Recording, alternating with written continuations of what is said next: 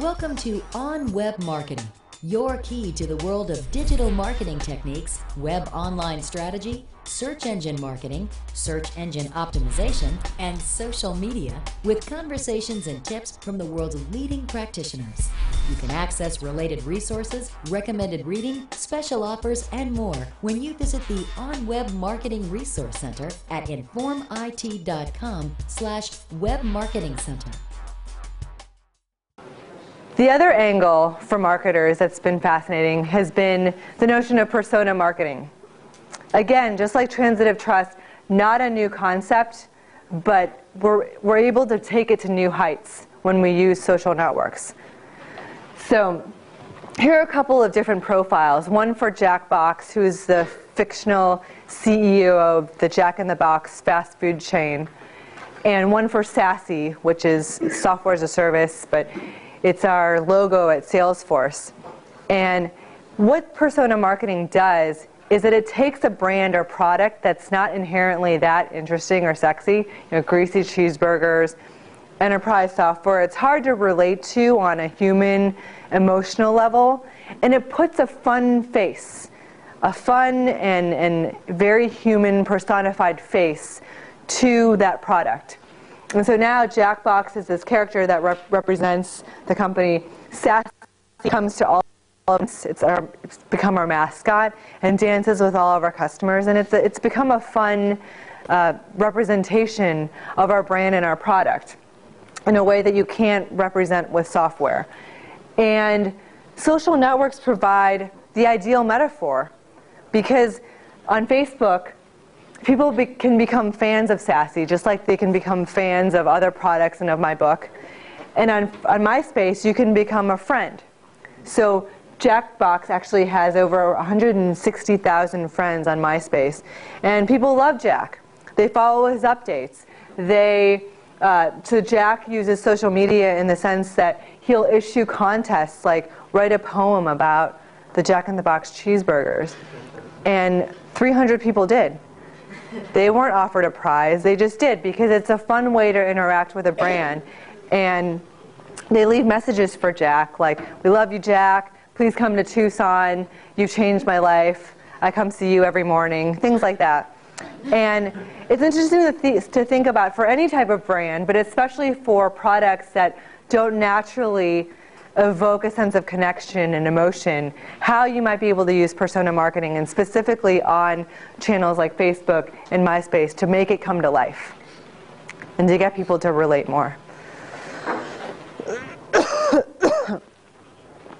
So what I'll close with, because I want to make sure we have time for questions, is what's happening in the enterprise software space and how social media and enterprise software are really coming together.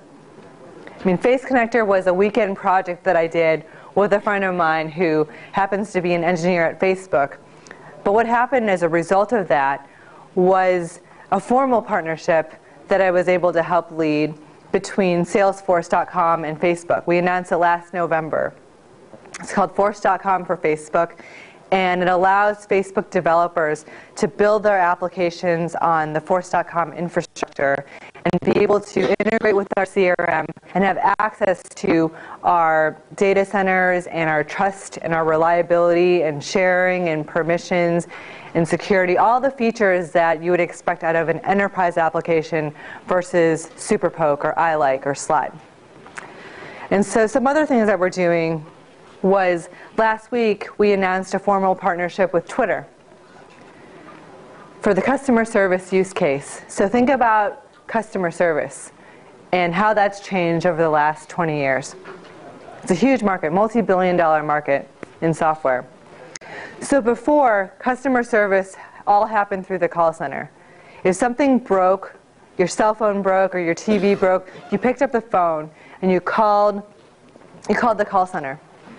What happened in the 90s was that a lot of these call centers moved offshore, and a lot of them moved online.